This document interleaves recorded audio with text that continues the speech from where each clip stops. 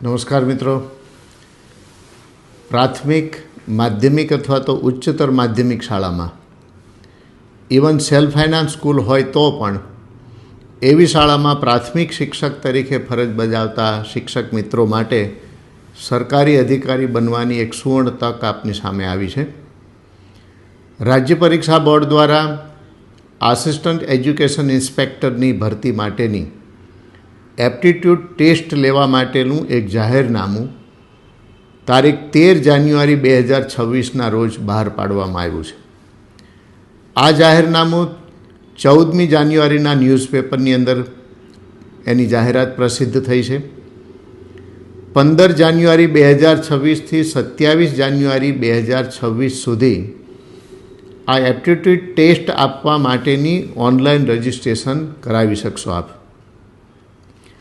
અને જે લોકો ઓનલાઈન રજિસ્ટ્રેશન કરશે એના માટે 1 માર્ચ 2026ના રોજ એના માટેની પ્રાથમિક કસોટી લેવામાં આવશે.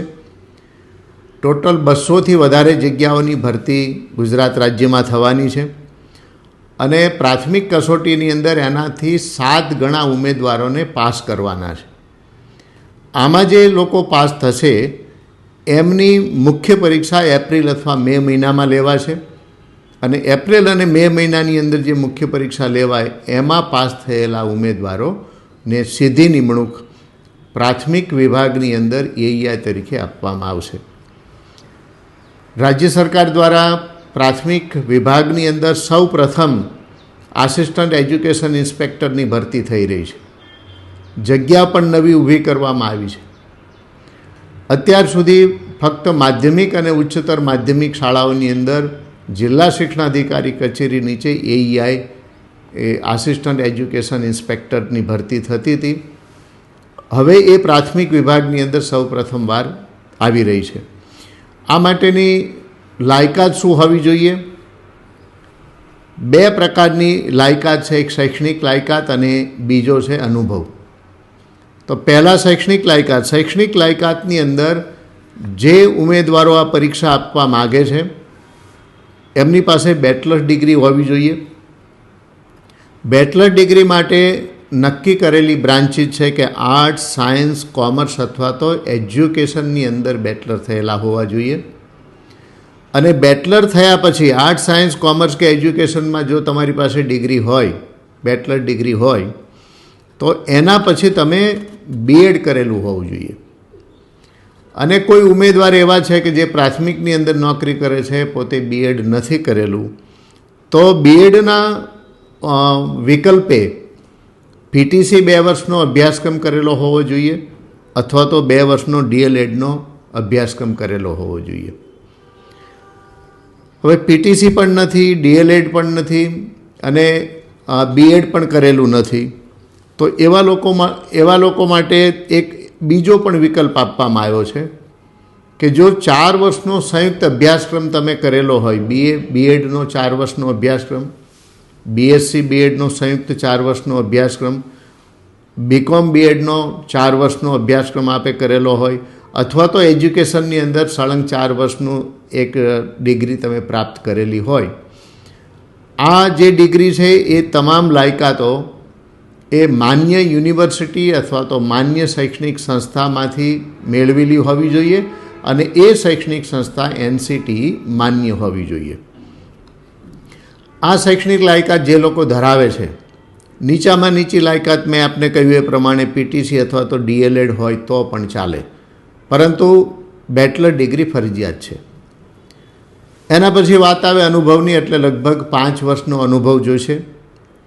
5 વર્ષના અનુભવની અંદર તમે 1લા ધોરણથી 8મા ધોરણ સુધીમાં કોઈ પણ ધોરણની અંદર એ તમે અભ્યાસ કરાવેલો હોય, સરકારી સ્કૂલ હોય, ગ્રાન્ટ ઇન એડ સ્કૂલ હોય, જિલ્લા પંચાયતની સ્કૂલ હોય, કોર્પોરેશન, નગરપાલિકા, મહાનગરપાલિકાની સ્કૂલ હોય, કોઈ પણ સ્કૂલની અંદર એ ગ્રાન્ટ ઇન એડ હોય અથવા તો સેલ્ફ ફાઇનાન્સ, તો એમાં પણ એનો અનુભવ પણ જો 5 વર્ષનો હશે તો તમે આ પરીક્ષા માટે લાયક છો.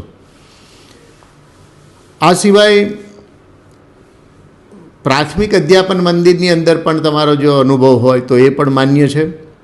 જિલ્લા લેવલે ડાયટની કચેરીઓ છે, એ ડાયટની કચેરીનો પણ તમારો અનુભવ હશે તો પણ ચાલશે.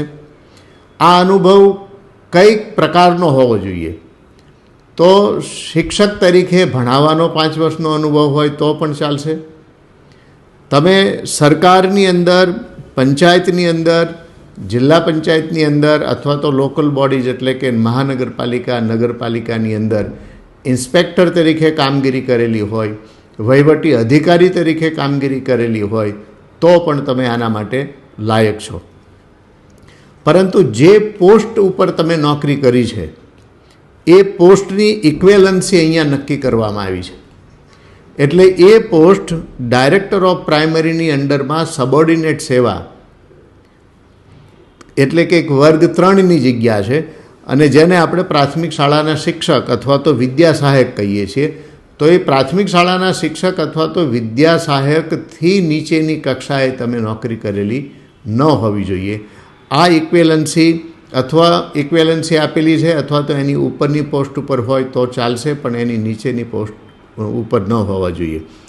જો આ પ્રકારની શૈક્ષણિક લાયકાત અને અનુભવ તમે ધરાવતા હોય તો તમે સરકારી અધિકારી બનવા માટેની એક સુવર્ણ તક તમારા માટે આવીને ઊભી છે. તો એ જાહેરનામું, જાહેરાત અથવા તો ઓનલાઈન અરજી આપ કરી શકો છો, એપ્ટિટ્યૂડ ટેસ્ટ આપી શકો છો અને એના સીધા જ તમે સરકારી અધિકારી બની શકો છો. થેન્ક યુ મિત્રો.